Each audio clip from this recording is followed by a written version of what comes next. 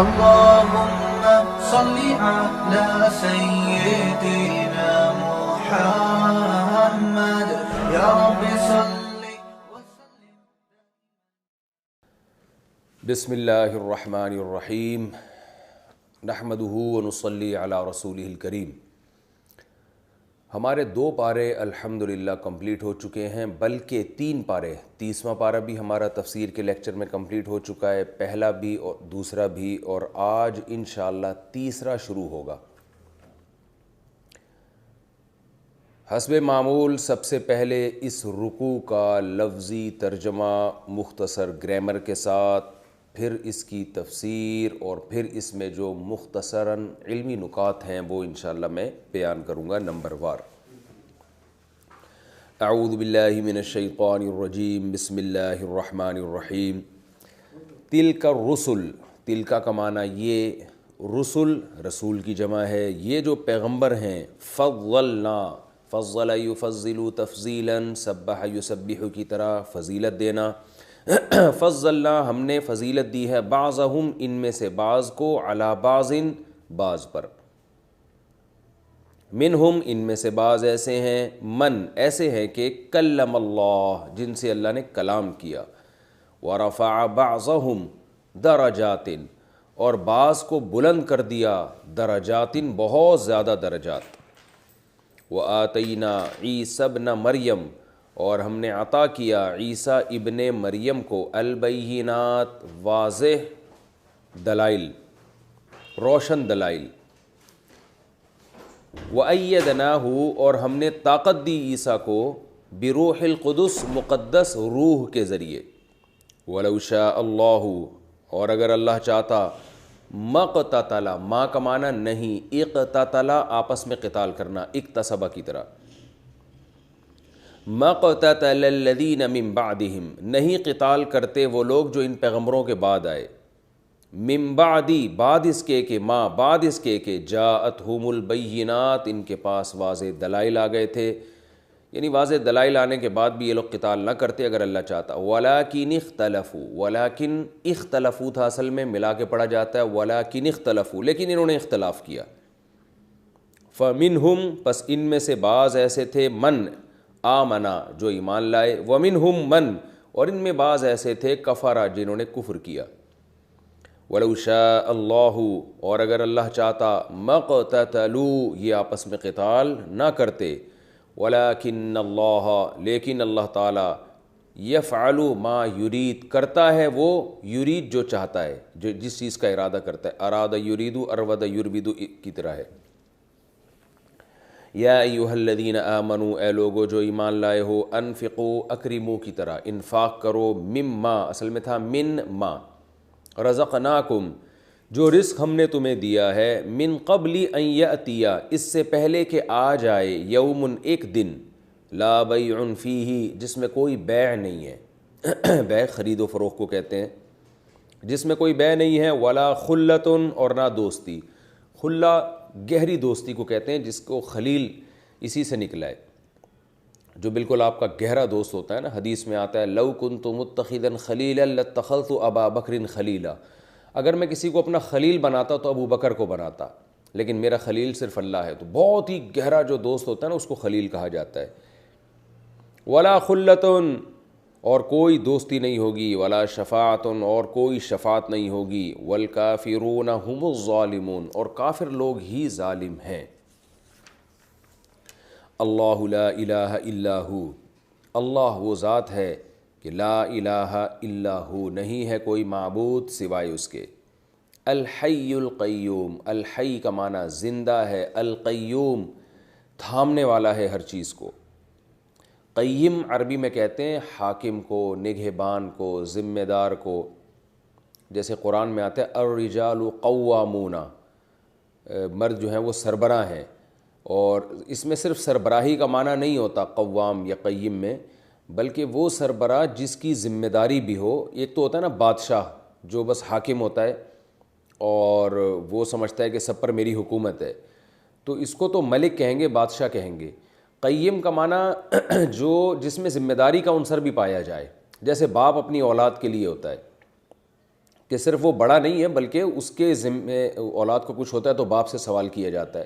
تو تھامنے والا, نظام کو چلانے والا, اور ایسا چلانے والا کہ اس میں سربراہی کا عنصر بھی پایا جائے. تو اللہ فرماتے ہیں القیوم, زندہ ہے, القیوم تھامنے والا ہے. لا تأخذہ, اخذ یأخذ اخذا پکڑنا, لا تأخذہ اسے نہیں پکڑتی, سنۃ اونگ, سنہ عربی میں کہتے ہیں اونگ کو, جیسے ایک تو نیند ہوتی ہے نا جس کو نوم کہا جاتا ہے, الصلاۃ خیر من النوم, آپ نے فجر کی اذان میں سنا ہوگا. تو سینہ کہتے ہیں اونگ کو, جیسے آدمی بیٹھے بیٹھے یوں کر کے اونگ رہا ہوتا ہے. لہو ما فی السماوات, اسی کے لیے ہے جو کچھ آسمانوں میں, وما فی الارض, اور جو کچھ زمین میں. من ذا الذی, کون ہے ایسا, یشفع عندہ, جو شفاعت کرے اس کے پاس, الا باذنہ, مگر اس کی اجازت سے. یعلم ما بین ایدیہم, وہ جانتا ہے ان تمام چیزوں کو, ما بین ایدیہم, جو ان کے ہاتھوں کے سامنے ہے. یہ محاورہ ہے, یعنی جو چیز بھی آپ کے سامنے ہے, تو آپ کا جو پاسٹ ہوتا ہے نا وہ آپ کے سامنے ہوتا ہے, وہ گزر چکا ہوتا ہے تو آپ اس کو دیکھ رہے ہوتے ہیں اپنی آنکھوں سے. یعنی اس کا مطلب کیا ہوا, جو کچھ گزر چکا اسے بھی جانتا ہے, وما خلفہم, جو آپ کے بعد ہے اسے بھی جانتا ہے. گزر چکے میں جو پریزنٹ ہے نا وہ خود بخود داخل ہے, کیونکہ وہ بھی آپ کے سامنے نظر آ رہا ہے آپ کو. تو جو کچھ سامنے ہے اور جو بعد میں آئے گا, خلف کہتے ہیں پیچھے کو. آپ نے سنا ہوگا نا قراءت خلف الامام, امام کے پیچھے قراءت, یہ مسئلہ بہت سنا ہوگا. ولا یحیطون بشیء من علمہ, اور وہ لوگ احاطہ نہیں کر سکتے, بشیء کسی بھی چیز کا, من علمہ اللہ کے علم میں سے, الا مگر اتنا, بما شاء جتنا اللہ چاہے, یعنی اللہ کے علم میں سے ان کو اتنا ہی ملے گا جتنا اللہ چاہے گا. وسع کرسیہ السماوات والارض, وسع یوسع, سمع یسمع کی طرح, وسعت والا ہونا, کہتے ہیں وسیع ہے بہت, اس کا مفہوم بہت وسیع ہے. تو وسع کرسیہ, اس کی جو کرسی ہے وہ پھیلی ہوئی ہے, اس نے احاطہ کیا ہوا ہے, السماوات والارض, آسمانوں کا بھی اور زمین کا بھی. ولا یؤودہ, آد یؤود اصل میں تھا نصر ینصر کی طرح, تو اس کا معنی ہوتا ہے تھکا دینا. ولا یؤودہ حفظہ ما, حفظ معنی حفاظت, آسمان اور زمین کی حفاظت, لا یؤودہ اللہ کو تھکاتی نہیں ہے. وہو العلی, وہ بہت بلند ہے, العظیم عظمت والا ہے. لا اکراہ فی الدین, لا کا معنی نہیں, اکراہ, اکراہ زبردستی کو کہتے ہیں. جیسے ہوتا ہے نا مکروہ, مکروہ کسے کہتے ہیں, جو ناپسند ہو, یعنی آپ چاہتے نہیں ہو کہ اس کو آپ استعمال کرو. تو اکراہ کا معنی کسی کو زبردستی کسی کام پہ مجبور کرنا, اکراہ یکرہ اکراہن. تو اللہ فرماتے ہیں لا اکراہ فی الدین, دین میں زبردستی نہیں ہے. کیوں نہیں ہے, قد تبین الرشد من الغی, تحقیق واضح ہو چکی ہے ہدایت, رشد ہدایت کو کہتے ہیں, رشد و ہدایت. من الغی, غی گمراہی کو کہتے ہیں, کیونکہ ہدایت گمراہی سے واضح ہو چکی ہے. فمن یکفر بالطاغوت, پس جو کفر کرے گا طاغوت کا, طاغوت سے مراد ہے شیطان اور شیطانی قوتیں اور شیطانی کام, یہ سب طاغوت میں داخل ہیں. جو بھی برائی کا انکار کرے گا, وَيُؤْمِن بِاللَّهِ, اور اللہ پر ایمان لائے گا, فَقَدْ اسْتَمْسَكَ, اصل میں تھا فقد استمسکا. استمساک کا معنی ہوتا ہے کسی چیز کو مضبوطی سے تھام لینا. استمساک اردو میں اس کی کوئی مجھے مثال اس وقت ذہن میں نہیں آ رہی, تو یہ اردو میں بھی یہ لفظ استعمال ہوتا ہے. بہرحال فقد استمسکا, تحقیق اس نے مضبوطی سے تھام لیا, بالعروہ, ایک چھلے کو. عروہ کہتے ہیں جو چھلا نہیں ہوتا گول. الوثقا, یہ اوثق کی مؤنث ہے. اوثق مضبوط, وثیق سے کہتے ہیں نا کہ یہ ایگریمنٹ کو بھی وثاق کہا جاتا ہے. تو بہرحال وثقا مضبوط, بالعروۃ الوثقا, تحقیق اس نے تھام لیا مضبوطی سے ایک مضبوط چھلے کو. لن انفصام لہا, اصل میں تھا لا انفصام, فصم کہتے ہیں ٹوٹنے کو, جدا ہونے کو, انفصام باب انفعال کی طرح, افتعال کی طرح انفعال. لن انفصام لہا, میں نے افتعال اور انفعال کو ایک ہی پڑھ کے ایک ہی طرح سے بتایا آپ لوگوں کو. خیر, لن فصام لہا، اس میں کوئی، لہا کا معنی یہ چھلا، اس چھلے کے لیے کوئی ٹوٹنا نہیں ہے، یعنی ٹوٹنے کا امکان ہی نہیں ہے، اتنا مضبوط چھلا۔ واللہ سمیع علیم، اور اللہ سننے والا اور جاننے والا ہے۔ اللہ ولی الذین آمنوا، اللہ دوست ہے، ولی دوست کو کہتے ہیں۔ اصل میں ولی یلی یعنی سمیع حسب یحسب کی طرح، ولی یلی، یولیو تھا اصل، اس کا معنی ہوتا ہے قریب ہونا، تو ولی دوست کو کہتے ہیں، ولی اللہ، اللہ کے قریب جو ہو، تو یعنی اس میں دوستی کا معنی اس لیے کہ وہ دوست اکثر دوست کے قریب رہتا ہے۔ اللہ ولی الذین آمنوا، اللہ دوست ہے ان لوگوں کا جو ایمان لائے۔ یخرجہم من الظلمات الی النور، نکالتا ہے ان کو اندھیروں سے نور کی طرف، روشنی کی طرف۔ والذین کفروا، اور جو کافر ہیں، جو کافر کا مطلب یاد رکھیں قرآن کی اصطلاح میں وہ کافر نہیں جس کو ہم اصطلاحی کافر کہتے ہیں، کیونکہ اصطلاح میں تو کافر اسے سمجھا جاتا ہے جو توحید کا اقرار نہ کرے اور رسالت کا اقرار نہ کرے، لیکن قرآن کی اصطلاح میں مسلمان پر بھی بعض دفعہ کافر کا لفظ اطلاق ہوا ہے، یعنی کافر سے مراد جو انکار کرے، چاہے عمل سے چاہے زبان سے، تو اس میں سب طرح کے لوگ داخل ہیں، کوئی بھی جو بھی ناشکرے ہوتے ہیں۔ والذین کفروا، اور جو لوگ انکار کرتے ہیں، اولیاؤہم الطاغوت، ولی کی جمع اولیاء آتی ہے، ان کے جو دوست ہیں وہ شیطان ہیں۔ یخرجونہم، یہ نکالتے ہیں شیاطین ان کافروں کو، من النور الی الظلمات، روشنی سے اندھیروں کی طرف۔ اولئک اصحاب النار، یہ آگ والے لوگ ہیں، ہم فیہا خالدون، اور یہ اس میں ہمیشہ رہیں گے۔ یہ تو اس رکوع کا لفظی ترجمہ اور مختصر گرامر ہو گئی۔ میں انشاءاللہ اس کی تفسیر پیش کروں گا۔ یہ تیسرا رکوع ہے جی۔ اس سے پہلے دوسرا پارہ جہاں ختم ہوا تھا، داؤد علیہ السلام کا واقعہ بیان ہوا تھا کہ بنی اسرائیل میں داؤد علیہ السلام ایک امتی کی حیثیت سے لڑ رہے تھے، بہت سخت جہاد تھا، لیکن داؤد علیہ السلام نے اس میں بے انتہا بہادری دکھائی اور جالوت کو قتل کیا۔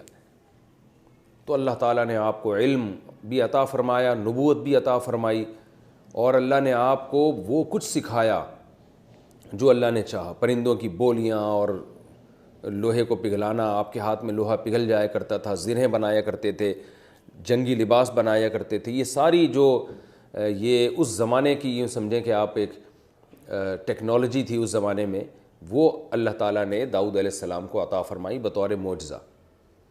تو یہاں اب اللہ تعالیٰ فرماتے ہیں کہ دیکھو یہ جو پیغمبر ہیں نا، جیسے داؤد علیہ السلام کا ذکر کیا ہم نے، تلک الرسول فضلنا بعضهم علی بعض، یہ پیغمبر کی ایک جماعت ہے جن میں ہم نے بعض کو بعض پر فضیلت دی ہے، جیسے داؤد کا تذکرہ تمہارے سامنے آ گیا کہ داؤد علیہ السلام کو ہم نے کتنی فضیلت دی۔ تو یہ اللہ کا قانون ہے کہ اللہ نے پیغمبر دنیا میں بھیجے ہیں اور ان کے سب کے درجات ایک جیسے اللہ نے نہیں رکھے، تو اسی کا تذکرہ قرآن مجید میں یہاں ہوا، تلک الرسل فضلنا بعضهم علی بعض، یہ پیغمبروں کی جماعت ہے جن میں ہم نے بعض کو بعض پر فضیلت دی۔ کیسے فضیلت دی؟ اب اللہ اشارہ کر رہے ہیں، منہم، ان میں سے بعض ایسے ہیں، من کلم اللہ، جن سے اللہ ہم کلام ہوا ہے، جیسے حضرت موسیٰ علیہ السلام، یہ بھی ایک بہت بڑی فضیلت ہے کہ اللہ براہ راست ہم کلام ہوتا ہے۔ ورفع بعضهم درجات، اور بعض کو تو اللہ نے بہت زیادہ درجات میں فضیلت دے دی۔ دیکھیں اللہ تعالیٰ نام کسی پیغمبر کا نہیں لے رہے ہیں، اشارے سے بتا رہے ہیں، یہ بھی فضیلت بیان کرنے کا ایک طریقہ ہوتا ہے۔ ورفع بعضهم درجات، اور بعض کے تو اللہ نے درجات بہت بلند کر دیے۔ وآتینا عیسیٰ ابن مریم البینات، اور ہم نے عیسیٰ ابن مریم کو واضح دلائل دیے، بہت سارے معجزات دیے، تو یہ بھی ایک فضیلت کی بات ہے۔ کہا جاتا ہے کہ جتنے معجزے حضرت عیسیٰ علیہ السلام کو ملے ہیں اتنے کسی اور پیغمبر کو نہیں ملے، اور بڑے عجیب عجیب قسم کے معجزے آپ کو عطا کیے گئے ہیں، تو یہ بھی ایک فضیلت ہے، کیونکہ حضرت عیسیٰ علیہ السلام کو جو معجزے دیے گئے وہ تھے بھی بہت ہی عجیب، یعنی جو دنیا میں ساری دنیا جس کو مانتی تھی کہ یہ ہو ہی نہیں سکتا، مثلا مردہ زندہ نہیں ہو سکتا، لیکن حضرت عیسیٰ علیہ السلام جس مردے کی طرف رخ کر کے کہتے قم باذن اللہ، اللہ کے حکم سے کھڑا ہو جا، وہ زندہ ہو کے کھڑا ہو جایا کرتا تھا۔ اور بے جان چیز میں جان نہیں ڈالی جا سکتی، آپ پرندہ بناتے مٹی سے اور اس میں پھونک مارتے وہ باقاعدہ پرندہ بن کے اڑنا شروع ہو جایا کرتا تھا۔ جو پیدائشی نابینا ہے اس کی آنکھوں پہ ہاتھ رکھتے بینائی واپس لوٹ جاتی۔ تو کوڑ کا مرض، برس کا مرض، یعنی ایسے ایسے معجزے آپ کو عطا کیے گئے. اس میں حکمت کیا تھی میں انشاءاللہ بتاؤں گا. تو یہ بڑے عجیب و غریب قسم کے آپ کو معجزے عطا کیے گئے. وَأَيَّدْنَاهُ بِرُوحِ الْقُدُسِ. اچھا خیر، ایک اور معجزہ بغیر باپ کے پیدا ہونا، یہ خود ایک بہت بڑا معجزہ ہے. پھر قرب قیامت تک کے لیے زندہ رکھنا، یعنی زندہ آسمانوں پہ اٹھایا جانا اور پھر ہزاروں سال کے بعد زمین پہ آ کے اترنا اور دجال کو قتل کرنا اور جہاد کرنا، پھر اتنے سالوں کے بعد اسی طرح زندہ فرشتوں کے کندھوں پہ ہاتھ رکھ کے نیچے اترنا. تو یہ بہت عجیب و غریب معجزے تھے جو حضرت عیسیٰ علیہ الصلاۃ والسلام کی بہت بڑی فضیلت کی دلیل ہیں. تو اللہ تعالیٰ فرماتے ہیں وَأَيَّدْنَاهُ بِرُوحِ الْقُدُسِ. اور ایک اور بڑی فضیلت اللہ نے حضرت عیسیٰ کو دی کہ روح قدس یعنی جبریل علیہ السلام، جن کو مقدس روح کہا جاتا ہے، ان کے ذریعے طاقت دی.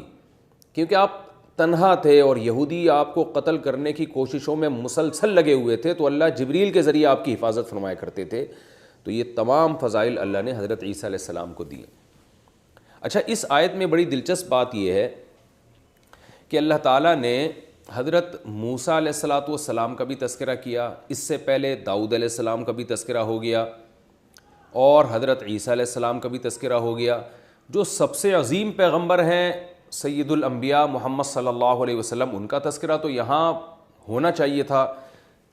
تذکرے کا مطلب یہ ہے کہ حضرت موسیٰ کو جو فضیلت ملی وہ اللہ نے بیان کر دی کہ کلیم اللہ تھے، اللہ نے ان سے کلام کیا. حضرت عیسیٰ کو جو فضیلت ملی وہ بھی اللہ نے بیان کر دی کہ ان کو معجزے ملے بہت زیادہ. تو ہمارے نبی کا تذکرہ کہاں ہے؟ علماء نے بیان کیا کہ یہ جو درمیان میں اللہ نے فرمایا نا وَرَفَعَ بَعْضَهُمْ دَرَجَاتٍ، اور ان بعض کو تو بہت ہی درجے دے دیے. درجات جمع ہے اور تنوین تکسیر کے لیے بہت زیادہ. اس سے مراد سید الانبیاء محمد صلی اللہ علیہ وسلم ہے. یعنی ان کا تذکرہ اللہ نے ایسا اجمالی کیا کہ گویا یہ بتایا کہ ان کی کیا فضیلت ہم تمہیں بیان کریں. بعض کو تو ہم نے بہت ہی زیادہ فضیلت دے دی، اور وہ بعض کون ہے؟ وہ بالکل واضح ہے کہ وہ محمد صلی اللہ علیہ وسلم ہے. تو یہ بھی ایک بڑی بات ہے اور ہمارے نبی صلی اللہ علیہ وسلم کی فضیلت کی بہت بڑی دلیل ہے کہ اللہ نے آپ کی فضیلت کو بیان کرنے کے لیے کسی ایک صفت کو ہائی لائٹ نہیں کیا، کیونکہ وہ صفت ہائی لائٹ ہو جاتی تو پتہ چلتا کہ بھئی اس وجہ سے فضیلت ہے. جیسے موسیٰ کلیم اللہ کو فضیلت کلیم اللہ ہونے کی وجہ سے، حضرت عیسیٰ کو معجزے ہونے کی وجہ سے. تو اگر دو چار صفات نبی کی بیان کر دی جاتی تو یہ ایسا ہوتا جیسے بھئی اس وجہ سے. تو اللہ نے فرمایا وہ وجہ چھوڑو، اس لیے کہ ان میں اتنی ساری وجوہات ہیں کہ وہ وجوہات بیان نہیں کی جائیں گی، بلکہ اللہ نے بتا دیا بعض کو تو اللہ نے بہت ہی بلند درجات دیے. تو علماء کہتے ہیں نام لیے بغیر کسی کی فضیلت بیان کرنا اور فضیلت کی وجہ بیان نہ کرنا یہ خود اس بات کی دلیل ہے کہ جس کی فضیلت بیان کی جا رہی ہے اس کی فضیلت کم نہیں ہے، بہت زیادہ ہے. اور اس سے مراد محمد صلی اللہ علیہ وسلم ہے. اس پہ بہت زبردست قرینہ موجود ہے، یعنی ہمارے نبی اس سے مراد ہیں. کوئی کہہ سکتا ہے نا کہ بھئی اس سے ہو سکتا ہے کوئی اور پیغمبر مراد ہو کہ جن کا اللہ اجمالی تذکرہ کر رہے ہیں کہ اللہ نے ان کو بہت بڑی فضیلت دی تھی. ہو سکتا ہے اس سے ابراہیم علیہ السلام مراد ہوں، ہو سکتا ہے اس سے سلیمان علیہ السلام مراد ہوں. تو اس پر مضبوط قرینہ ہے کہ اس سے مراد رسول اللہ صلی اللہ علیہ وسلم ہے. وہ کیسے کہ اسلام جب دنیا میں آیا نا تو مقابلہ 3 قوموں میں ہی شروع ہو گیا تھا. باقی تو مذاہب ہی ختم ہو گئے تھے اور ان انبیاء کی جو تعلیمات ہیں وہ تو بالکل ہی ختم ہو گئی تھیں. تو 3 قومیں تھیں جو آسمانی کتابوں کو مانتی تھیں، ایک یہودی، ایک عیسائی اور ایک مسلمان. تو اگر اللہ ایسے ہی ذکر کر دیتا تلک الرسل فضلنا بعضهم علی بعض کہ ہم نے پیغمبروں کو ایک دوسروں پر فضیلت دی ہے اور بعض کو ہم نے اونچے درجات دے دیے، تو ہر نبی یہ کہتا ہر امتی یہ کہتے کہ اس سے ہمارے نبی مراد ہیں. لیکن اللہ تعالیٰ نے یہودیوں کے پیغمبر موسیٰ علیہ السلام کا تذکرہ بھی کر دیا، حضرت عیسیٰ کا تذکرہ بھی کر دیا، یہ بتانے کے لیے کہ اب ایک ہی پیغمبر باقی ہیں. کیونکہ جھگڑا تو 3 قوموں میں ہی ہے، مسلمین میں، اہل اسلام میں یعنی یہود میں اور عیسائیوں میں. ان تینوں میں اختلاف تھا کہ بڑا پیغمبر یعنی سب سے اونچا مقام کس پیغمبر کا ہے. تو یہودی کہتے تھے ہمارے پیغمبر موسیٰ علیہ السلام سب سے افضل ہیں، عیسائی کہتے تھے ہمارے حضرت عیسیٰ ابن مریم، اور مسلمان کہتے تھے کہ محمد صلی اللہ علیہ وسلم. تو اللہ نے بتا دیا کہ ہم نے پیغمبروں کو فضیلت تو دی ہے، اور وہ فضیلت ایسے دی ہے کہ 3 پیغمبروں کا اللہ نے بطور مثال کے تذکرہ کیا. ان میں حضرت موسیٰ کا بھی تذکرہ کر دیا کیونکہ سب کو پتہ ہے کلیم اللہ تو موسیٰ علیہ السلام ہی ہے، اور حضرت عیسیٰ کا بھی تذکرہ کر دیا. تو اس سے صاف پتہ چلتا ہے کہ اللہ محمد صلی اللہ علیہ وسلم کا تذکرہ نہیں کر رہے بلکہ ان کی طرف اشارہ کر رہے ہیں یہ بتانے کے لیے کہ اشارے ہی سے سمجھ میں آ جائے گا کہ یہاں کس کی بات ہو رہی ہے.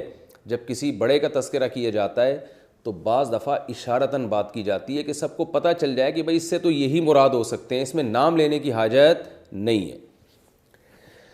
وَرَفَعَ بَعْضَهُمْ دَرَجَاتٍ وَآتَيْنَا عِيسَى ابْنَ مَرْيَمَ الْبَيِّنَاتِ وَأَيَّدْنَاهُ بِرُوحِ الْقُدُسِ وَلَوْ شَاءَ اللَّهُ مَا اقْتَتَلَ الَّذِينَ مِن بَعْدِهِمْ. اب ایک سوال پیدا ہوتا ہے, اس کا جواب دیا جا رہا ہے کہ یہ اتنے بڑے بڑے پیغمبر تھے جن سے براہ راست اللہ ہم کلام ہوتا تھا, اتنے سارے معجزے دیے, تو پھر ان میں بعد میں اختلاف کیوں ہوئے, ان میں لڑائیاں کیوں ہوئیں؟ ان کو تو چاہیے تھا سب پیغمبروں پر ایمان لا کے ان کی فالو کرتے اور آپس میں اتفاق اور اتحاد سے زندگی گزارتے. تو اللہ نے فرمایا وَلَوْ شَاءَ اللَّهُ, اگر اللہ چاہتا, مَا اقْتَتَلَ الَّذِينَ مِن بَعْدِهِمْ, جو ان پیغمبروں کے بعد لوگ آئے ہیں نا وہ آپس میں کبھی بھی نہ لڑتے. مِن بَعْدِ مَا جَاءَتْهُمُ الْبَيِّنَاتُ, جبکہ ان کے پاس دلائل بھی آ چکے تھے, حق اور باطل ان کے سامنے واضح ہو چکا تھا. تو اب اس کا تقاضا یہ تھا کہ یہ نہ لڑتے, اور اللہ چاہتا تو ایسا ہی ہوتا. وَلَٰكِنِ اخْتَلَفُوا, لیکن انہوں نے اختلاف کیا. اختلاف کیا مطلب کیا؟ اختلاف سے فروعی مسائل کا اختلاف مراد نہیں ہے, بلکہ اختلاف کا مطلب کہ کچھ لوگ ایمان پر قائم رہے, کچھ لوگوں نے ایمان کو چھوڑ دیا. فَمِنْهُمْ مَنْ آمَنَ, جیسے کہ آگے آ رہے, فَمِنْهُمْ مَنْ آمَنَ, کچھ ایسے تھے جو ایمان لائے, وَمِنْهُمْ مَنْ كَفَرَ, اور کچھ ایسے تھے جنہوں نے کفر کیا, انکار کر دیا. یہ کفر زبان سے بھی ہو سکتا ہے اور عمل سے بھی ہو سکتا ہے, جس کو چھوٹا کفر کہا جاتا ہے. یعنی کچھ لوگ مان کے چلنے والے بنے, کچھ نافرمان بنے. وَلَوْ شَاءَ اللَّهُ مَا اقْتَتَلُوا, پھر اللہ نے دوبارہ اسی مضمون کا تکرار کیا, اگر اللہ چاہتا تو یہ قتال نہ کرتے, یعنی اللہ زبردستی ان کو ہدایت کے راستے پر چلا دیتا. وَلَٰكِنَّ اللَّهَ يَفْعَلُ مَا يُرِيدُ, لیکن اللہ جس چیز کا ارادہ کرتا ہے وہی کرتا ہے. یعنی اللہ نے ارادہ یہ کیا کہ ان کو زبردستی میں ہدایت پر نہیں چلاؤں گا, اور جب زبردستی اللہ کسی کو ہدایت میں نہیں چلاتا تو لوگوں کو اپنے حال پہ چھوڑ دیا جاتا ہے. اس سے آزمائش ہوتی ہے, اور آزمائش کا فیصلہ یہی ہوتا ہے. ایک عربی کا مقولہ ہے, عند الامتحان یکرم الرجل او یہان, کہ جب آزمائش ہوتی ہے تو یا تو عزت ملتی ہے یا ذلت ملتی ہے. تو اللہ چاہتے تو زبردستی ان سب کو پکڑ کر سیدھے راستے پہ چلا دیتے, لیکن اللہ نے ایسا نہیں کیا. اور اس میں اللہ کی حکمتیں تھیں کہ کچھ لوگ مومن بن کے زندگی گزاریں, کچھ نافرمان بن کے زندگی گزاریں, تاکہ قیامت کے دن سب کو ایک جیسا بدلہ نہ ملے. جو ماننے والے ہیں ان کو جنت کی صورت میں, اور جو نہ ماننے والے ہیں وہ آزمائش میں ناکام ہوں اور جہنم کی صورت میں ان کو بدلہ ملے. تو اس میں نبی صلی اللہ علیہ وسلم کو تسلی بھی ہے کہ اتنے بڑے بڑے پیغمبر دنیا میں آئے تو ان کے اتنے دلائل ہم نے ان کو دیے, مردے زندہ کر کے دکھا رہے ہیں وہ, اور ان کی سیرت بھی اتنی پاکیزہ, تو ان کے بعد بھی لوگوں نے اختلاف کیا ہے. تو آپ بھی اس کے غم میں نہ پڑیں کہ یہ سارے مسلمان کیوں نہیں ہو جاتے, اور ہر داعی کو اس میں نصیحت ہے.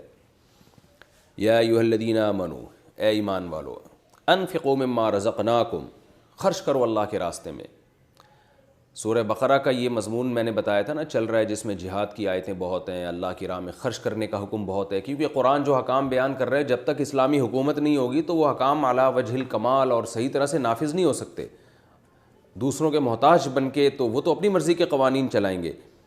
تو اس لیے اسلام جو ہے اپنی راہ میں خرچ کرنے کا حکم بھی دیتا ہے, اور مسلمانوں کو ترغیب دیتا ہے کہ اللہ کی راہ میں خرچ کرو. یا ایھا الذین آمنوا, اے ایمان والو, انفقوا, خرچ کرو. اور اس میں صرف جہادی مراد نہیں ہے, کہیں بھی غربا پر, مساکین پر, کمزوروں پر, ہر طرح کا خرچ کرنا اس میں داخل ہے. یا ایھا الذین آمنوا انفقوا مما رزقناکم, خرچ کرو اس رزق میں سے جو ہم نے تم کو دیا ہے. اس میں فضیلت ہے کہ جو جس مال سے خرچ کرنے کا حکم دیا ہے نا وہ بھی ہم نے ہی تم کو دیا ہے. من قبل ان یاتی یوم, اس سے پہلے کہ ایک ایسا دن آ جائے, لا بیع فیہ, جس میں کوئی خرید و فروخت نہیں ہوگی. یعنی ایسا نہیں ہوگا کہ تمہارے پاس اعمال کم ہوں تو تم قیامت کے دن وہ پیسوں کے ذریعے بیچ لو, صدقات و خیرات قیامت کے دن خرید لو اس کا اجر, ایسا نہیں ہو سکتا.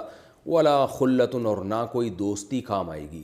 یہاں دوستی سے مراد وہ دوستی ہے جو آپ کی اپنی مرضی کی دوستی ہو, جس کی بیس تقوی نہ ہو.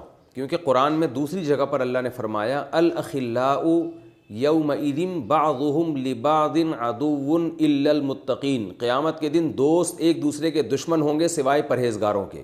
تو پتہ چلا وہ دوستی جس کی بیس پرہیزگاری ہو, تقویٰ ہو، وہ قیامت کے دن انشاءاللہ کام آئے گی، اور اس میں شفاعت کام آئے گی ان دوستوں کی جو قرآن میں دوسری جگہ پر ہے۔ تو یہاں خلہ سے مراد کیا ہے؟ وہ دوستی جس کی بیس اچھی نہ ہو، اور کافر کو دوستی فائدہ نہیں پہنچائے گی چاہے اس کی بیس اچھی بھی کیوں نہ ہو۔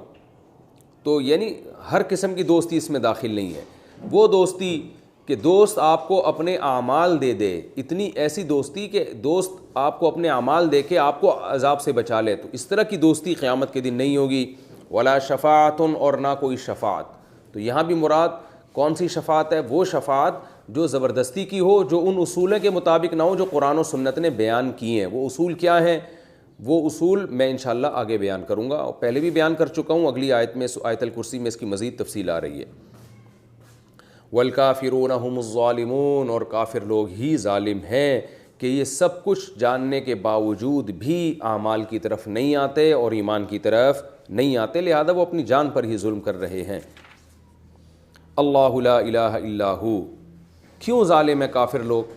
اس لیے کہ جس رب پر ایمان لانے کا حکم دیا جا رہا ہے ان کو، اور جس رب کی راہ میں خرچ کرنے کا حکم دیا جا رہا ہے، وہ رب ان صفات کا حامل ہے۔ وہ اس رب کی یہ صفات ہیں جو آگے آ رہی ہیں۔ وہ صفات کیا ہیں؟ اللہ لا الہ الا ہو، اللہ وہ ذات ہے۔ یہ آیت الکرسی ہے جو بڑی فضیلت والی آیت ہے۔ اللہ لا الہ الا ہو، اللہ وہ ذات ہے کہ جس کے سوا کوئی عبادت کے لائق نہیں۔ الحی القیوم، زندہ ہے، ہر چیز کو تھامنے والا ہے۔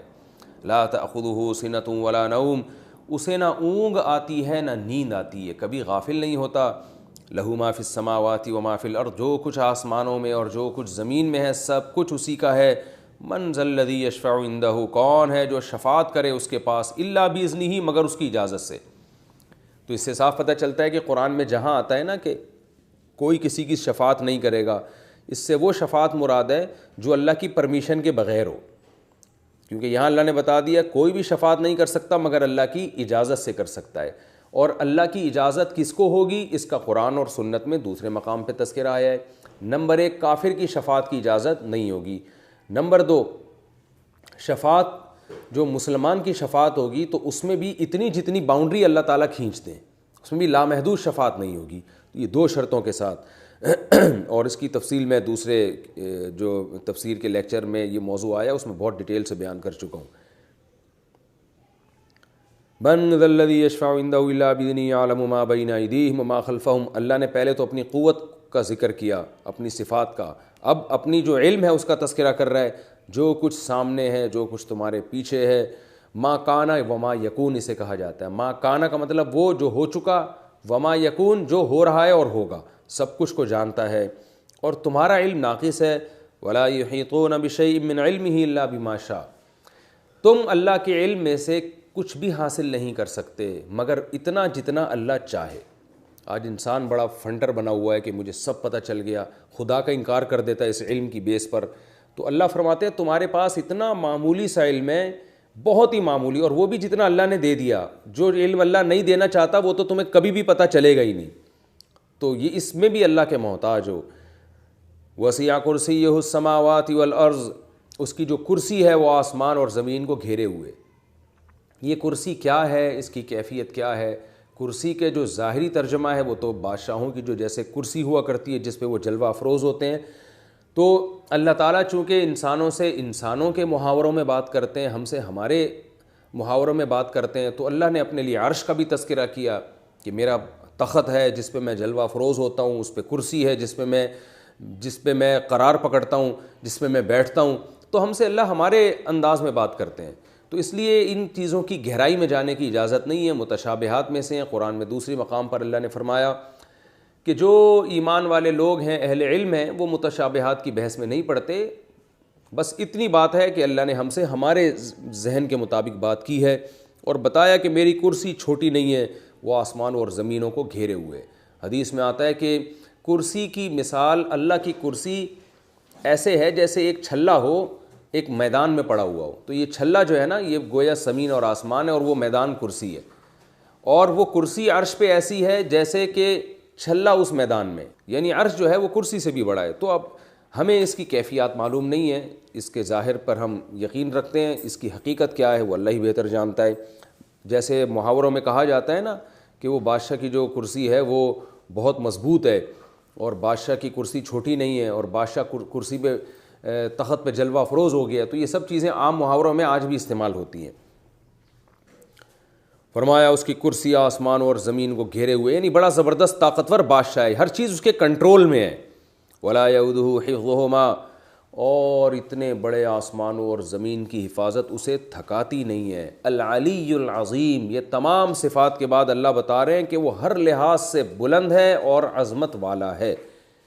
یہ آیت الکرسی ہے جس کی حدیث میں بڑی فضیلت وارد ہوئی ہے, اور یہ قرآن کی وہ واحد آیت ہے جس میں ایک ہی آیت میں اللہ کا اتنا تذکرہ ہوا ہے کہ کسی اور آیت میں, ایک ہی آیت میں اتنی دفعہ اللہ کا تذکرہ نہیں ہوا. یعنی اللہ کا ناؤن بھی اور پروناؤن بھی جتنا اس ایک آیت میں قرآن مجید کی اس ایک آیت میں بیان ہوا, اتنا کسی اور آیت میں دوسری جگہ بیان نہیں ہوا. یعنی پوری ایک آیت میں اتنا زیادہ تذکرہ نہیں ہوا ہے. اس کے فضائل کیا ہیں میں انشاءاللہ علمی نکات میں بتاتا ہوں, مختصر فضائل. آگے فرمایا لا اکراہ فی الدین. اب اللہ کی شان بھی ایسی, پیغمبروں کے معجزے بھی ایسے, تو اب اللہ نے ایک اصول بنا لیا ہے کہ دین میں اب زبردستی نہیں ہوگی, کیونکہ زبردستی وہاں کی جاتی ہے جہاں آپ کے دلائل کمزور ہوتے ہیں. تو پھر آپ زبردستی کسی کو جو ہے وہ اپنی بات تھوپنے کی کوشش کرتے ہیں تاکہ قیامت کے دن اس پر حجت تمام ہو جائے. تو اللہ فرماتے ہیں دین میں زبردستی نہیں. دین کے سے مراد کیا ہے کہ دین میں داخلے کے لیے لا اکراہ فی الدین, یعنی کسی کافر کو مسلمان بنانے میں زبردستی نہیں ہے. یہ مطلب ہے آیت کا. کوئی بھی کافر جو پیدائشی کافر ہو, یعنی پیدائشی سے مراد غیر مسلموں کے گھر میں پیدا ہوا ہو, تو اس کو آپ زبردستی اسلام میں داخل نہیں کر سکتے. کیوں؟ قد تبین الرشد من الغی, اس لیے کہ ہدایت اور گمراہی بالکل واضح ہو چکے ہیں. تو اب زبردستی کی ضرورت نہیں ہے. اور ہاں, اب کوئی یہ نہ سمجھے کہ زبردستی اللہ نے کافر کو مسلمان بنانے سے روک دیا ہے, تو کافر اگر نہ بھی بنے تو بھی ٹھیک ہے. نا نا نا نا نا, فرمایا فمن یکفر بالطاغوت, جو شیطان کا انکار کرے گا, شیطانی طاقتوں کا, ویؤمن باللہ, اور اللہ پر ایمان لائے گا, تو اس کی فضیلت کیا ہے؟ فقد استمسک بالعروۃ الوثقی, اس نے مضبوط چھلا تھام لیا ہے. کیا بہترین مثال دی ہے قرآن مجید نے کہ اللہ کافر کو بتا رہے ہیں کہ ہم تمہیں زبردستی مسلمان تو نہیں بنا رہے, لیکن یہ ذہن میں رکھو کہ اس دنیا کی مثال ایسے جیسے کوئی سمندر میں یا طوفان میں ڈوب رہا ہوتا ہے, اور دریا میں کوئی ڈوب رہا ہے طوفانی موجوں میں, تو اس کو ضرورت ہوتی ہے کسی سہارے کی. اور سہاروں کی بھی بہت ساری قسمیں ہیں. کچھ ایسے سہارے ہوتے ہیں جو خود کمزور ہوتے ہیں, ٹوٹ سکتے ہیں, لیکن ایسے موقع پہ کہیں سے آپ کو کوئی ایسی رسی پھینکی جائے جس میں گول چھلا ہو, اس چھلے کا فائدہ یہ ہوگا کہ آپ مضبوطی سے اس کو تھام لوگے, لن فصام لہا, اور اس کے ٹوٹنے کا امکان بھی نہیں ہوگا. تو جیسے طوفانوں میں, اندھیروں میں اس چھلے کی ویلیو وہ جانتا ہے جس کو وہ چھلا ملے اور وہ اس کے ذریعے نجات پالے. تو اسی طرح اللہ تعالیٰ فرماتے ہیں کہ تم سب لوگ گمراہی کے اندھیروں میں ہو, جس کی وجہ سے کوئی ڈپریشن میں ہے, کوئی اسٹریس میں ہے, کوئی گمراہی میں بھٹک رہا ہے, اس کو راستہ نہیں مل رہا, اسے دنیا میں اپنی پیدائش کا مقصد ہی معلوم نہیں ہے. تو اللہ فرماتے ہیں ایسے موقع پہ اسلام وہ چھلا ہے جو اللہ کی طرف سے آسمان سے اترا ہوا ہے. تو جو اللہ پر ایمان لائے گا اور اللہ کے علاوہ جو کچھ ہے اسے طاغوت کہا جاتا ہے. ہر وہ دعوت جو اللہ کے علاوہ کی ہو اس کو طاغوت, یعنی وہ شیطان کی دعوت ہے, اس لیے شیطان سے بھی ترجمہ کیا جاتا ہے, اس کا طغیان سے نکلا ہے, سرکشی.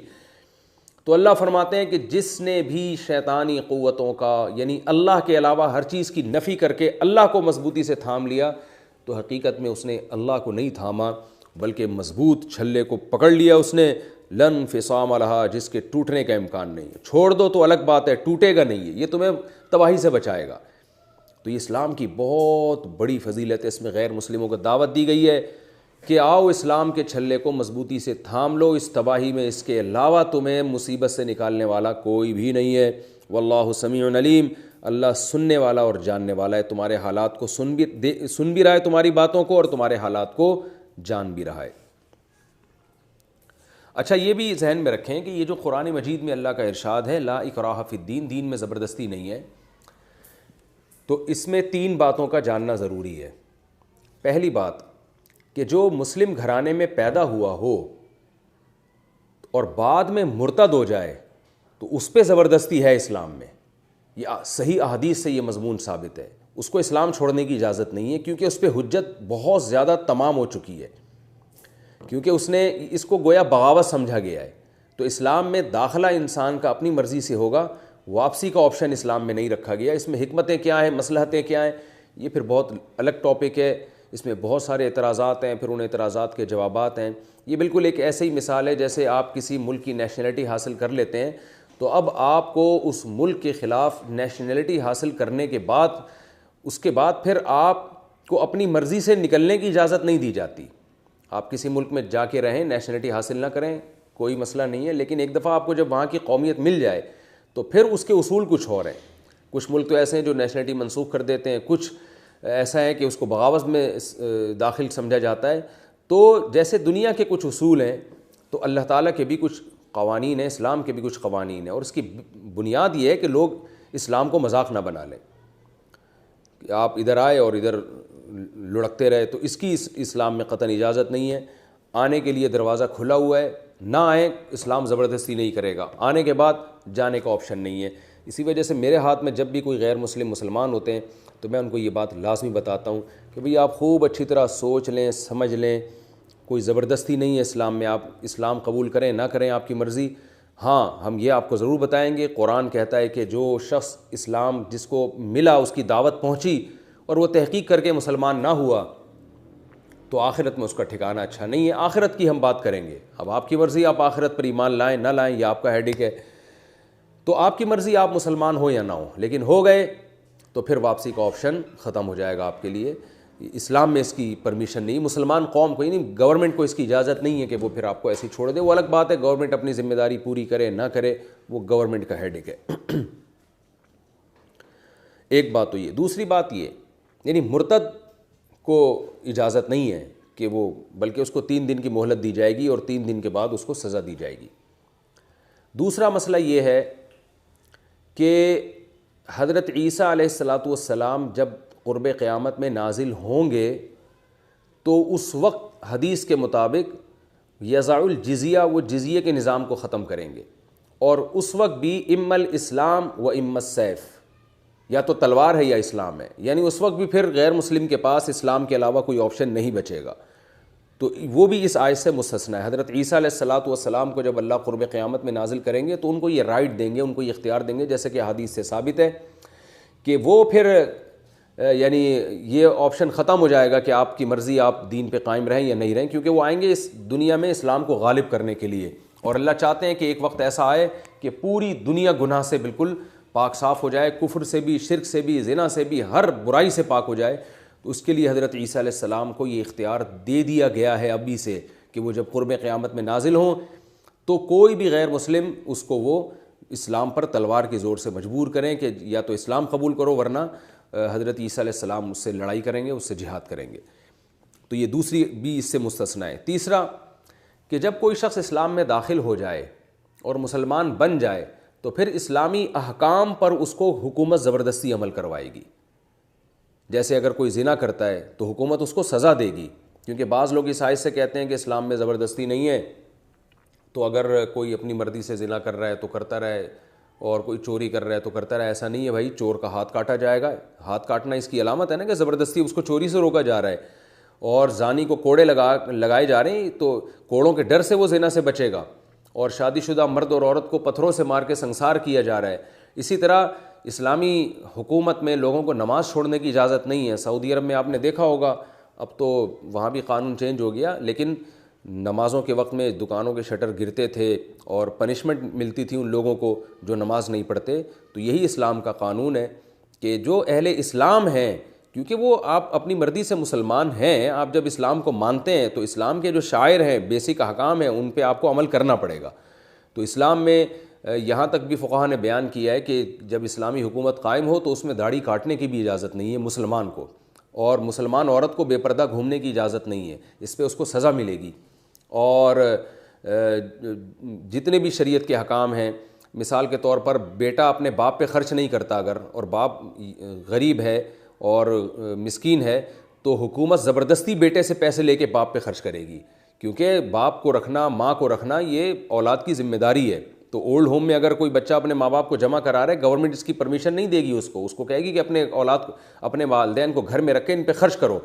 تو یہ جو قانون کی زور سے، قانون کی طاقت سے اسلامی احکام پر عمل کروایا جائے گا، تو اس پر یہ آیت نہیں چسپاں کی جا سکتی کہ بھئی اسلام تو کہہ رہے دین میں زبردستی نہیں ہے، اور آپ زبردستی والدین کی خدمت بھی کروا رہے ہیں، زبردستی بیوی کا خرچہ بھی پورا کروا رہے ہیں شوہر سے، اور زبردستی اس کو اولاد کو پالنے پر بھی مجبور کیا جا رہا ہے، زبردستی اس کو نماز پہ بھی مجبور کیا جا رہا ہے، رمضان کا روزہ بھی چھوڑنے کی اجازت نہیں دی جا رہی. تو یاد رکھیں یہ اس وجہ سے ہے کہ اس آیت کا مطلب کیا ہے، دین میں داخلے کے لیے زبردستی نہیں ہے. داخل ہو گیا تو پھر چلانے پر بہرحال زبردستی کی جائے گی، لیکن یہ زبردستی گورنمنٹ کرے گی، ہر شخص کو اس کی پرمیشن نہیں ہے، کیونکہ اس سے معاشرے میں فساد پھیلتا ہے. تو حکومت کرے گی. حکومت نہیں کرتی تو عام آدمی کی ذمہ داری یہی ہے کہ محبت سے وہ تبلیغ کریں، وہ سختی کرنے کے مجاز نہیں ہے، کیونکہ سختی کرنا یہ حکومت کا کام ہے. ہاں اپنے ماتحتوں پہ آپ بقدر ضرور سختی کر سکتے ہیں. تو یہ رکوع ہمارا ادھورا ہوا ہے، انشاءاللہ اگلے ایپیسوڈ میں اس رکوع کو بھی میں کمپلیٹ کروں گا. تیسرے پارے کا پہلا رکوع ہے، اور پھر اس میں جو علمی نکات ہیں مختصراً انشاءاللہ میں اس کو بھی بیان کروں گا. اللہ تعالیٰ سمجھنے کی، عمل کی توفیق عطا فرمائے. وما علینا الا البلاغ.